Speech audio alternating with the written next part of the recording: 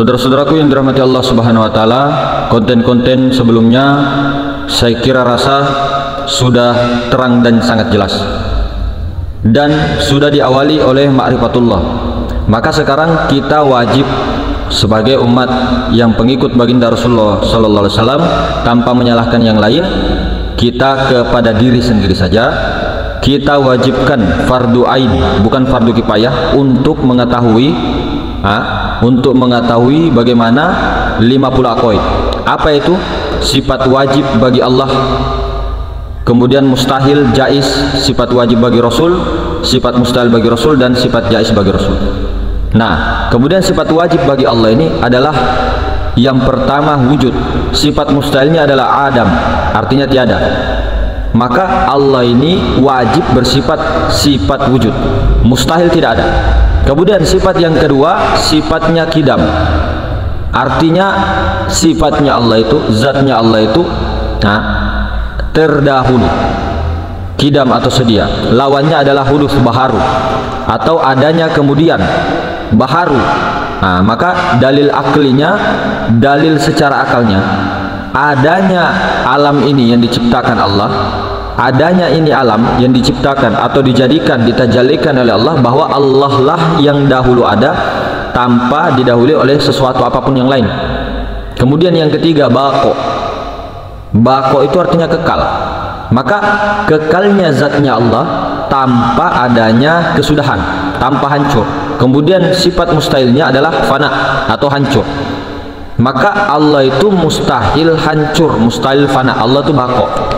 Andai kata Allah itu binasa atau fana, berarti Allah itu seperti makhluk, dan ini adalah mustahil, tidak diterima oleh akal. Maka disebut sifat baqo, zatnya Allah kekal, tiada berkesudahan. Kemudian sifat yang selanjutnya adalah mukhalafatul lil hawadits. Artinya apa? Berbeda dengan makhluk atau berbeda dengan sesuatu. Lawannya adalah mumatsalatul lil hawadits, artinya sama dengan makhluk. Ini sifat mustahilnya. Jadi Allah itu mustahil sama dengan makhluk. Karena apa? Andai kata Allah itu sama dengan makhluk, maka jadilah Allah seperti makhluk pula, dan ini bertentangan dengan akal. Wajib disebut mukhalafatul lil hawadits, zatnya Allah yang berbeda dengan makhluk atau berbeda dengan sesuatu. Kemudian yang kelima, sifat wajib bagi Allah itu qiyamuhu ta'ala binafsi. Artinya apa? Berdirinya Allah dengan zatnya yang maha sendiri. Zat Allah itu berdiri dengan sendirinya, tidak berhajat kepada yang lain. Lawannya, mustahilnya adalah berhajat Allah kepada zat yang lain. Mustahil, mustahil Allah berhajat kepada zat yang lain. Karena secara dalil akal saja, jika Allah berhajat kepada zat yang lain atau segala sesuatu selain dirinya, maka Allah itu lemah. Sungguh Allah lemah jika seperti itu, sementara Allah itu tidak lemah. Maka disebutlah sifat qiyamu binafsi, berdiri Allah dengan zatnya sendiri, tidak berhajat kepada zat yang lain. Inilah qiyamu ta'ala binafsi. Kemudian sifat keenam yang wajib bagi Allah itu wahdaniyah. Arti daripada wahdaniyah itu apa? Esa pada zatnya, esa pada sifatnya, esa pada asmanya, esa pada afalnya. Lawannya mustahil adalah ta'alluq, artinya berbilang-bilang, banyak pada zat, banyak pada sifat, banyak pada asma, banyak pada perbuatan. Secara akal, dalil akalnya saja, Allah Ta'ala wajib bersifat dengan sifat wahdaniyah. Andai kata Allah itu tidak esa, boleh 2, boleh 3, 4 dan seterusnya, maka ini sungguh Allah itu banyak. Ketika sungguh Allah itu banyak, berarti ini adalah mustahil. Allah itu tidak banyak, Allah itu esa, Allah itu tunggal, Allah itu ahad. Contoh, kalau ada Allah lain atau ada Tuhan lain selain Allah, berarti ada dua Tuhan yang bertengkar. Ada yang menciptakan langit, ada Tuhan yang menciptakan bumi. Nah, kemudian pasti dia berdebat. Kau jangan hamparkan langit begini, jangan bangun langit di atas bumiku. Yang satu bilang jangan kau taruh bumimu di bawah langitku. Pasti bertengkar nanti. Maka ini disebut lemahnya salah satu. Di saat ada duanya Tuhan, yang satu menciptakan langit, yang satu menciptakan bumi, berarti lemah dari salah satu dari kedua itu lemah. Salah satu yang lain itu lemah. Sementara Allah Ta'ala itu tidak seperti itu, maka mustahil. Ketika seperti itu, masa ya Tuhan berdebat, masa ya Tuhan berkelahi dengan Tuhan yang lainnya? Kan tidak ada. Jadi Allah Ta'ala itu esa pada zat, esa pada sifat, esa pada asma, esa pada af'al. Mustahil. Nah, kemudian sifat wajib bagi Allah yang ketujuh, kudrah, artinya berkuasa. Berkuasa, lawannya majisun, artinya lemah, ajisun. Maka Allah itu bersifat berkuasa, kuat, berkuasa. Allah itu tidak lemah. Allah itu mustahil lemah. Nah, jika Allah itu lemah, sungguh tidak ada alam semesta ini. Nah, karena adanya Allah itu adalah alam semesta ini, maka Allah itu berkuasa. Kemudian sifat yang ke-8, iradah, sifat wajibnya berkehendak dengan kesendiriannya, berkehendak dengan sendiriannya. Artinya mustahilnya adalah dipaksa. Dalilnya ini, dalil akalnya ini adalah apa? Andai kata Allah Ta'ala dipaksa dalam berbuat sesuatu, maka Allah itu lemah, dan di waktu lemahnya Allah maka tidak akan didapatkan alam alif, tidak akan tercipta alam ini. Sedangkan alam ini ada setelah Allah Ta'ala mentajallikan dirinya, walaupun alam ini disebut wujud bayangan, khoyal. Kemudian yang 9, ilmun, lawannya jahal, bodoh. Jadi ilmu itu yang Allah itu maha tahu, Allah itu tahu, Allah itu ilmu. Kemudian mustahilnya itu lawannya adalah bodoh. Maka ketika Allah bersifat apa bodoh, maka ini sifat mustahilnya. Ketika Allah seandaikan bersifat bodoh, maka Allah Ta'ala itu tidak bisa dijadikan Tuhan, tidak bisa dikatakan penguasa, maka itu mustahil bagi Allah. Kemudian sifat yang ke-10, hayat, hidup. Lawannya adalah, mustahilnya adalah mautun, mati. Jadi Allah itu zat yang hidup, zat hayat yang hidup. Allah itu wajib bersifat hayat. Andaikan Allah mati, tidak hidup, maka sunyinya alam ini daripada yang mengaturnya. Di saat Allah mati, maka alam ini tidak ada lagi pengaturnya. Di saat tidak ada pengatur, maka rusak alam ini. Dan ini jelas-jelas bertentangan dengan logika seseorang, dalil akli. Maka wajib Allah hayat, sifatnya hayat. Kemudian sifat yang ke-11, sam'un, sama, mendengar. Lawan mustahilnya adalah samamun, artinya apa? Somamum artinya tuli.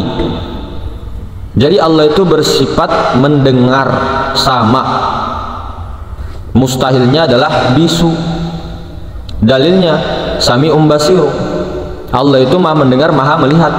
Allah Ta'ala menyebutkan di dalam Al-Quran dirinya mendengar, dirinya melihat, sifat mendengar. Maka Allah Ta'ala itu maha mendengar. Kemudian yang ke-12, sifat basar, artinya melihat. Lawan daripada itu mustahilnya adalah buta. Allah Ta'ala itu mustahil buta, kita yang buta. Maka sifat wajib bagi Allah ini, 20 sifat wajib bagi Allah ini untuk Allah. Kalau kita 20 sifat mustahil bagi Allah itu kita. Maka Allah Ta'ala mendengar, melihat. Allah ini melihat. Allah menyebutkan dalam Al-Quran basirun. Kemudian yang ke-13, sifatnya Allah Ta'ala apa? Kalam, yang maha berbicara. Apa mustahilnya adalah bisu, bakmun, bukmun. Itu bisu. Allah Ta'ala mustahil busa, bisu. Allah Ta'ala mustahil bisu, karena Allah Ta'ala itu yang berkata-kata. Allah itu kalam, Allah itu yang maha berbicara. Tajallinya sifat ma'ani ini ada pada nyawa, sehingga bisalah berbicara, melihat dan sebagainya. Kemudian yang ke-14, kaunu ta'ala qadiron, artinya hal keadaannya Allah yang maha berkuasa. Lawannya adalah hal keadaannya Allah yang lemah. Maka Allah Ta'ala itu yang maha berkuasa, mustahil Allah Ta'ala maha lemah. Kemudian yang sifat yang ke-15, kaunuhu ta'ala muridan, artinya hal keadaannya Allah berkehendak dengan sendirinya, yang maha berkehendak. Lawan mustahilnya adalah kaunuhu ta'ala mukrahan, artinya hal keadaannya Allah yang dipaksa-paksa. Sementara Allah itu mustahil dipaksa. Allah Ta'ala itu yang maha berkehendak. Kemudian sifat yang ke-16, kaunuhu ta'ala aliman, artinya hal keadaannya Allah yang maha mengetahui. Lawan mustahilnya kaunuhu ta'ala jahil, keadaannya Allah yang bodoh. Allah itu tidak bodoh, mustahil Allah bodoh. Begitu, ini zat daripada Allah Ta'ala. Sifatnya ini menunjukkan kepada zat, sifat maknawiyah ini. Kemudian kaunuhu ta'ala hayyun, artinya apa? Keadaan Allah Ta'ala yang maha hidup. Allah itu mustahil yang maha mati, hal keadaannya mati mustahil. Maka secara akal saja sudah mampu digambarkan. Dalilnya ada hayyul qayyum, Allah Ta'ala maha hidup berdiri dengan sendirinya. Nah, kemudian hal apa namanya? Kaunuhu ta'ala sami'an, Allah Ta'ala yang betul-betul maha mendengar. Mustahilnya adalah Allah maha tuli, tidak mungkin Allah tuli, maka Allah itu maha mendengar. Sudah tadi disebutkan dalilnya.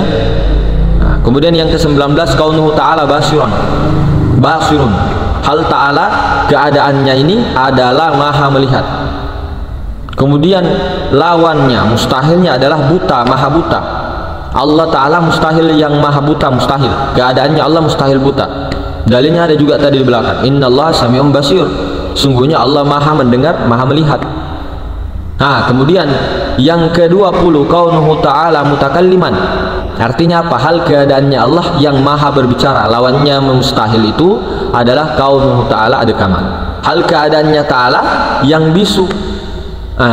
Allah Ta'ala mustahil maha bisu. Dalil ayat Al-Quran juga tadi sudah disebutkan tadi, dalil kalam di belakang. Wa kallamallahu Musa takliman, sungguhnya Allah Ta'ala telah berbicara kepada Nabi Musa dengan perkataan yang sempurna. Maka selesailah 40 i'tikad yang tadi, 20 sifat wajib bagi Allah, 20 sifat mustahil pada Allah, lengkap dengan dalil akal dan naklinya. Kemudian wajib kita juga mengetahui sifat jaiznya Allah. Apa sifat jaiznya Allah? Cuma satu. Sifat jaiznya Allah itu cuma satu. Apa itu? Allah Ta'ala itu bersifat jaiz. Allah itu berbuat tiap-tiap apa saja yang terjadi. Allah Ta'ala berkehendak semaunya saja. Mau-maunya Allah Ta'ala, mau-maunya Allah. Kalau memang Allah Ta'ala mau memperbuatnya ataupun tidak diperbuatnya Allah, sama sekali tidak ada campur tangan apapun. Mau-maunya Allah, sifat menangnya, mau-maunya, terserah Allah, begitu. Maka ini 41 tadi, wajib 20, mustahil 20, jaiz 1. 41. Kemudian sifat wajib bagi Rasul, mustahil bagi Rasul, dan jaiz dan bagi Nabi dan Rasul. Ada 9. Wajib pada sekalian Nabi dan Rasul itu ada 4 sifat. Mustahil 4 sifat, lawannya. Kemudian ada 1 jaiz. Berikut coba disimak baik-baik 4 sifat wajib bagi Nabi dan Rasul. Yang pertama, wajib pada sekalian Nabi dan Rasul itu siddiqun, atau siddiq itu artinya benar. Lawan mustahil itu dusta. Jadi mustahil Nabi dan Rasul itu berdusta, mustahil.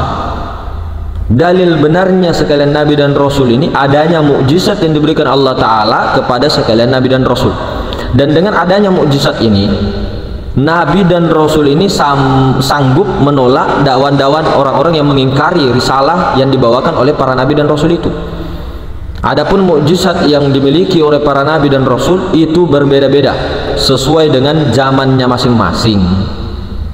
Kemudian yang kedua, wajib bagi sekalian Nabi dan Rasul itu amanah, sifat amanah, terpercaya.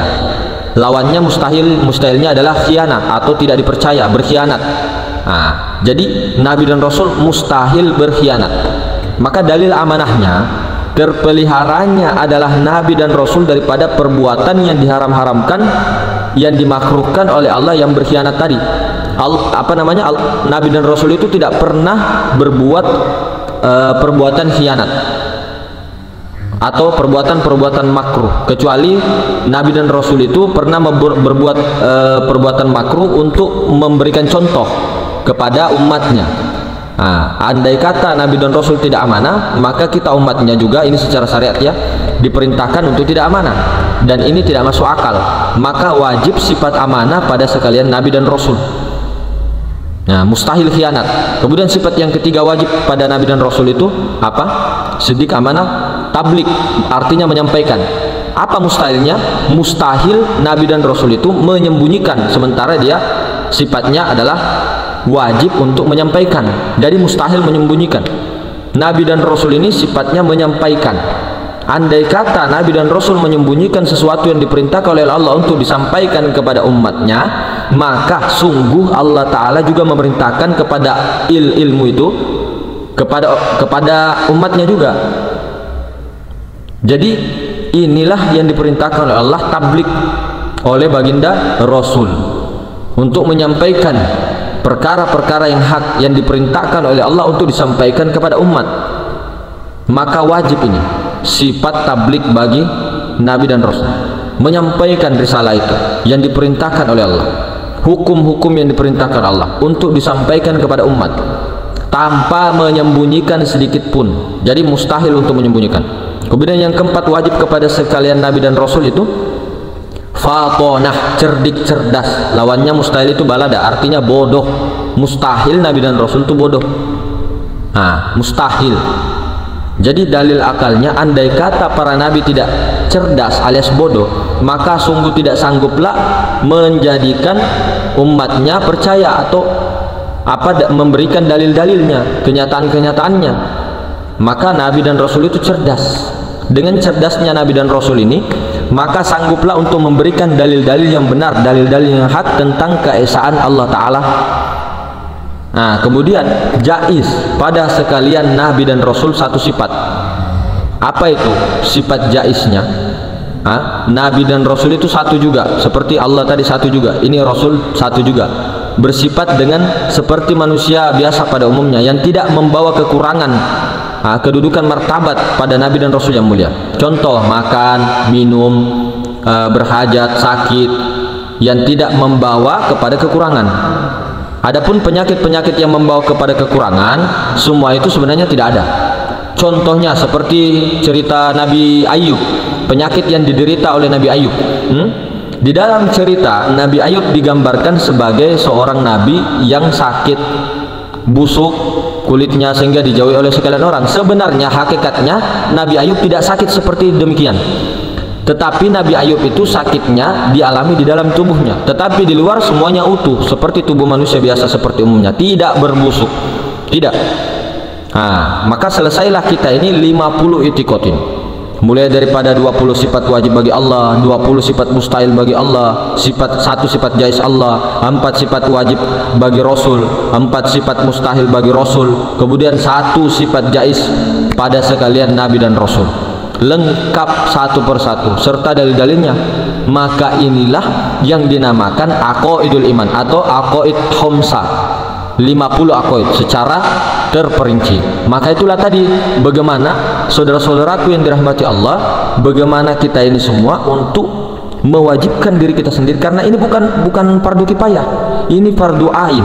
Maka ketika mempelajari ilmu ma'rifat, tidak mempelajari ilmu tauhid, ilmu hakikat, ilmu kalam ini, maka ditakutkan bergeser, ditakutkan tidak mensucikan Allah Subhanahu wa Ta'ala. Sementara Allah Ta'ala itu mau disucikan. Allah Ta'ala itu zat yang maha suci. Jangan sampai kita mengotori dengan mentang-mentang belajar ilmu ma'rifatullah, kemudian ini Allah itu segala-galanya begini-begini. Iya, itu secara ma'rifat benar, walaupun alam semesta itu bukan Allah, tapi itu juga adalah wujud khoyal, wujud bayangan. Tapi wujud bayangan tidak bisa dilepaskan juga. Tapi jangan katakan alam semesta itu Allah, itu kaum keliru. Alam semesta itu bukan Allah, salah, itu bayangan aja, bayangan wujud khoyal. Wujud hakikinya adalah zat hayat. Wujudnya Allah Ta'ala berwujud kepada zat hayat. Zat hayat itu Nur Muhammad atau Ahmad. Ini zat hayat, inilah zat yang hidup, inilah yang disebut Nur Muhammad, inilah Ahmad, inilah Nur Muhammad batin, Nur Muhammad yang hayat, yang hidup. Kemudian kalau hayyun, zat yang hayyunnya, itulah yang disifat maknawiyah, yang maha ruang itu. Jadi kalau kita tarik ukur, zat yang sifat maknawiyah itu kepada zat Allah, ini yang kosong tak terbatas ini, bukan kosong, bukan tidak ada, tapi tidak pernah tidak ada. Ini maha ruang. Di balik zat hayat ini kan ada zat hayat, bukan angin loh ya, bukan angin, ini zat hayat ini loh, ruh semesta alam, atau dikatakan Rasul atau Ahmad atau Nur Muhammad batin, Nur Muhammad yang kodim ketika ditarik ke dalam. ketika ditarik ke dalam, ketika keluar berjasad begini, berjisim, itu Nur Muhammad yang muhaddas, yang kodim. Kalau ke dalam ini loh hayat. Hayat ini adalah ruh semesta alam. Ketika masuk ke dalam menjadi nyawa, zohir dia menjadi napas. Sebenarnya itu hayat, itulah Nur Muhammad sallallahu alaihi wasallam. Itulah yang dinamakan Rasulullah. Ini zat hayat. Nah, kalau hayyun, zat hayyun, dibaliknya ini zat hayat. Kalau kita hilangkan ini, hilangkan ruh semesta alam, hilangkan hayat, prasangka sangka-sangka ini hilangkan. Nah, itu ada zat Allah di situ, hayyun. Nah, inilah sifat maknawiyah yang diinikan kepada zat hayyun, kepada zatnya, kepada zat Allah. Jadi yang bernama Allah Subhanahu wa taala itu yang maha suci, inilah zat hayyun. Di baliknya zat hayat ini loh. Ini kan ada zat hayat, dihilangkan zat hayatnya itu, itulah yang tidak bisa disebut. Kosong sekosong-kosongnya bukan tidak ada, tapi tidak pernah tidak ada. Jadi untuk mempelajari, makanya kita bilang kalau metode kita tidak pernah menyalahkan orang yang bersyariat dulu, mau toriko dulu, hakikat dulu, ma'rifat dulu, terserah. Kalau kita ma'rifat dulu, awaluddin ma'rifatullah, tapi dasar ma'rifat awal, ma'rifat yang tingkatan pertama, bukan langsung ma'rifat intahi, ma'rifat yang tingkatan pertama. Minimal mengetahui daripada minimal mengetahui daripada zat hayyun, minimal mengetahui itu, jangan dulu langsung semuanya. Minimal mengetahui itu, kemudian masuk kepada tauhid, hakikat, ilmu tauhid. Nah, kemudian di dalam ilmu kalangan kita di Asia Tenggara khususnya, itu menganut daripada akidahnya Imam Asy'ari, akidah Imam Asy'ariyah. Kalau di Asia Selatan di bagian sana itu rata-rata Imam Maturidi. Jadi kalau kita Imam Asy'ari. Jadi selain daripada ini ditakutkan, dikhawatirkan nanti keliru, karena inilah yang diyakini oleh ijma para ulama warasatul anbiya semuanya dari zaman dahulu. Inilah akidahnya Sunni, akidahnya di Indonesia kebanyakan itu Imam Asy'ariyah. Ulama-ulama kita juga dulu Imam Asy'ariyah. Semua rata-rata di Indonesia, Malaysia itu mazhabnya rata-rata juga Imam Asy-Syafi'i. Kemudian kalau mau ambil mazhab lain kita juga tidak menyalahkan. Yang penting ini keyakinan kita juga tidak hanya bermakrifat, maksudnya tidak mempelajari makrifat saja. Ini bahasa syariat ya, kita tidak hanya mempelajari ilmu makrifat, tapi mempelajari ilmu hakikat, ilmu tauhid. Kemudian setelah ini baru ke thariqah. Thariqah itu apa? Jalan. Thariqah itu prakteknya, bagaimana caranya mempraktekkan ini tadi, makrifat tadi, tauhid tadi di thariqah. Kemudian bagaimana cara menzohirkannya, bernyata kepada di syariatullah, tapi bukan syariat yang seperti yang kemarin-kemarin kita lakukan, tapi bukan dirubah. Sholatnya tetap 2 rakaat sholat subuh, 4 rakaat sholat duhur, 4 rakaat sholat asar, maghrib 3 rakaat, isya 4 rakaat, tetap.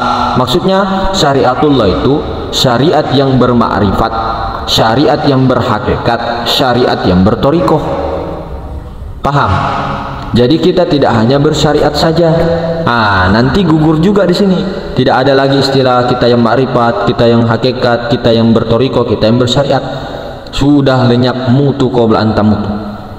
Tapi ketika sudah di syariatullah, tidak perlu ngomong. Ketika dikasih uang sama orang, terima kasih ya Allah, terima kasih ya Allah. Ya, terima kasih ya Allah, tidak perlu. Syariatkan saja. Yang penting kesadarannya itu loh. Kesadaran kita itu di mana, meleburnya kemana. Jadi kesadaran ini, si Adam ini yang tiada tadi, yang sudah kita jelaskan tadi, di sifat mustahil bagi Allah, 20 sifat mustahil bagi Allah, itulah kita itu. Adam tiada, bodoh, bisu, tuli, mati, bodoh, setelah itu lemah dan sebagainya. Itulah 20 sifat mustahil bagi Allah. Itu sifat-sifat kita itu Adam itu yang tidak ada itu. Jadi Allah itu mustahil tiada, Allah itu mustahil buta, Allah itu mustahil bisu, Allah itu mustahil lemah, Allah itu mustahil dipaksa. Itulah kita, sifat-sifat mustahil itu. Lawannya sifat wajib bagi Allah Ta'ala. Jadi jangan pernah sampai kita tertipu tentang itu, saudara-saudara. Mudah-mudahan kita semua ya tidak tertipu daripada mengkotak-kotakkan hanya makrifat saja, orang thariqah saja, hakikat saja, syariat saja. Kita juga tidak menyalahkan orang.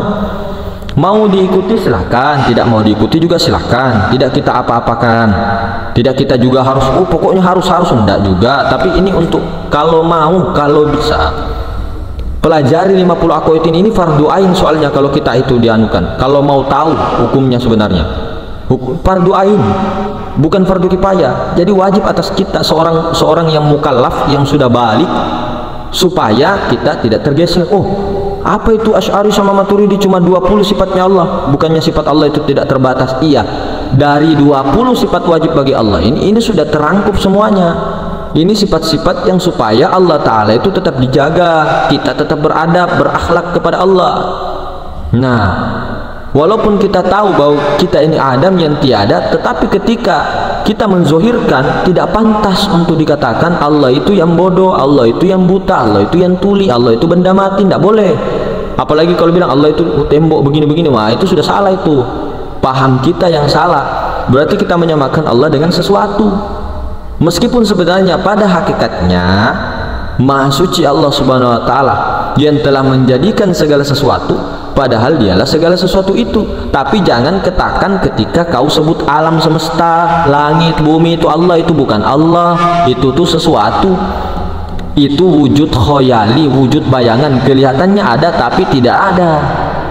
Kelihatannya ini ada, kelihatannya ini ada, ini loh, kelihatannya ini ada tapi ini tiada. Ini juga sama, ini wujud khoyal semua, wujud khoyali. Nah, jangan disandarkan kepada Allah, cuma jangan juga dibuang. Maksudnya bagaimana? Wujud khoyal itu wujud bayangan, tiada juga lain. Kalau kita tarik asal mula kejadiannya, dari mana itu bayangan? Ya pasti ya dari wujud hakiki. Wujud hakiki itu Nur Muhammad. Nur Muhammad tiada lain daripada Nur Allah. Nur Allah daripada Rabbul Izzati. Stop sampai situ. Jadi jangan dikatakan Allah itu alam semesta, ya salah. Itu pemahaman, kalau mau dibilang ya pemahaman keliru. Kalau dikatakan Allah itu alam semesta, salah. Zat Allah itu maha suci, saudara, tidak berbentuk, tidak berupa, tidak berjisim, tidak bertempat, tidak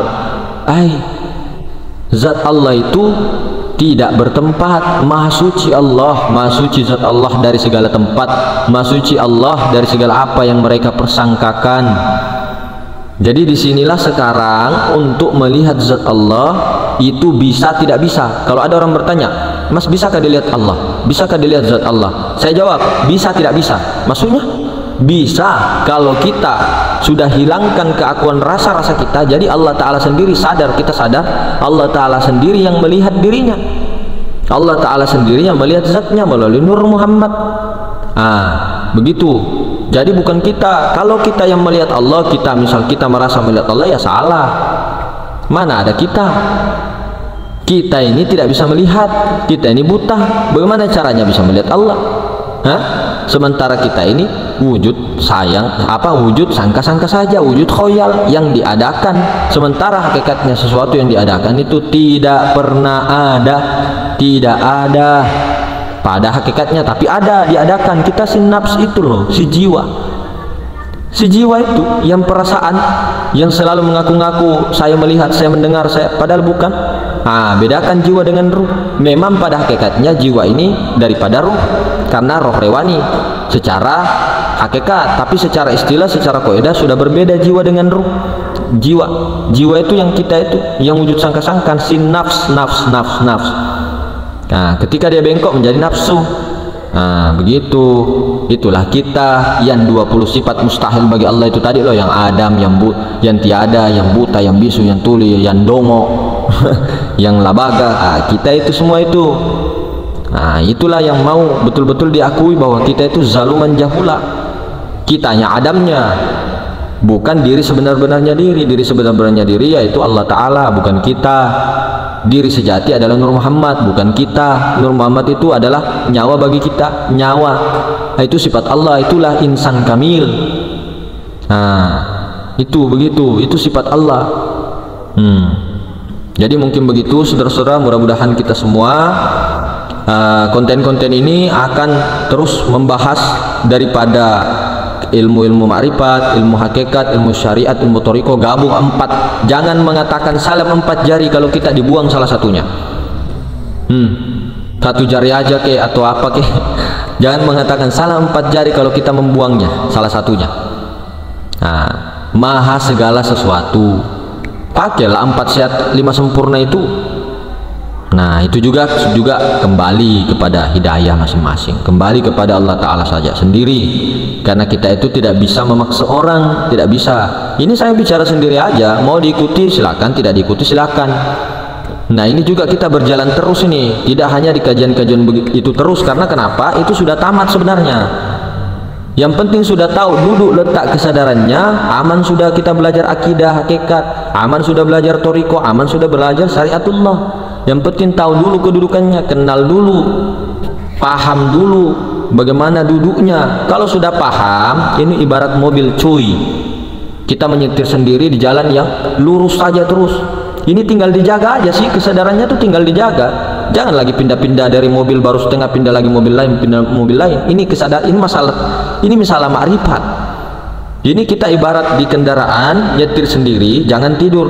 Perjalanannya entahkah 30 tahunkah kita terus sampai tujuan, atau 40 tahunkah, 50 tahunkah sampai tujuan. Itu maksudnya ajal kontrakan kita habis sampai finish. Kita membawa terus ini kita masih perjalanannya lurus terus, tidak belok-belok.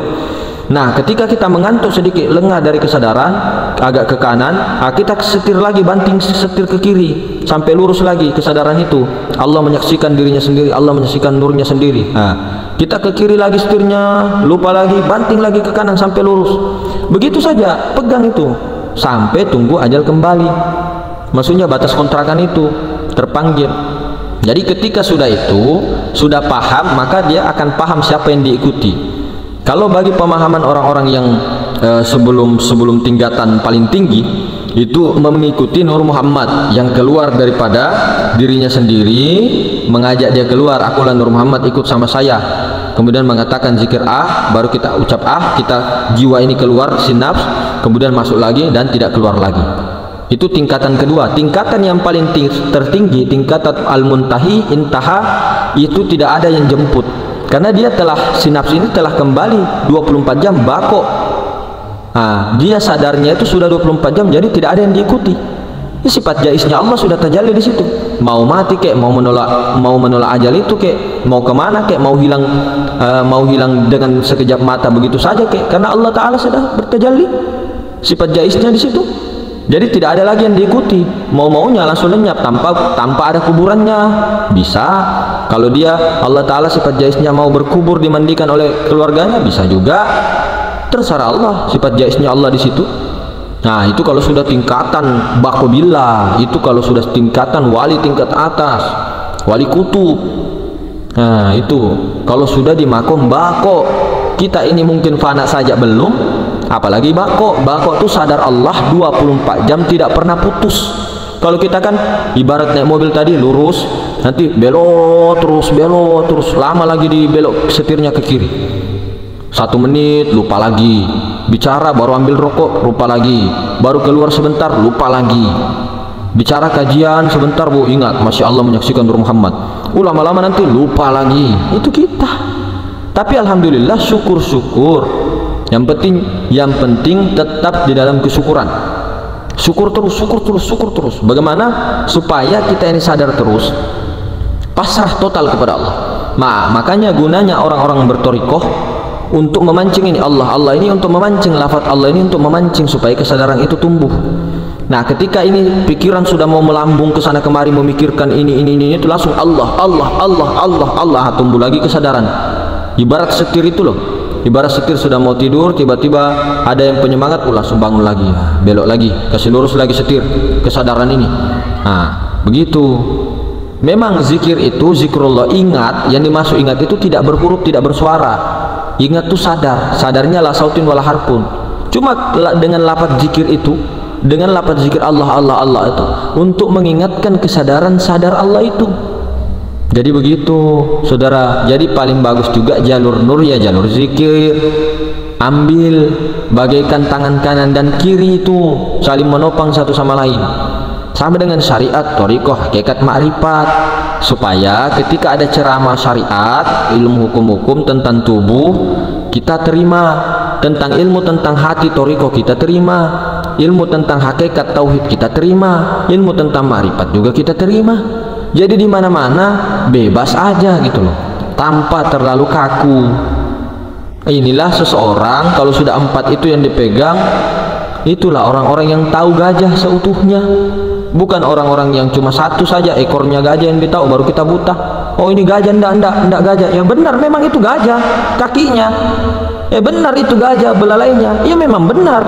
Siapa yang salahkan? Cuma kan kurang sempurna gitu loh. Nah, begitu saudaraku. Ya, tabe nun semuanya, mudah-mudahan kita semua diberi rezeki, berkah rezekinya, berkah umurnya, berkah semuanya. Amin ya rabbal alamin. Assalamualaikum warahmatullahi wabarakatuh.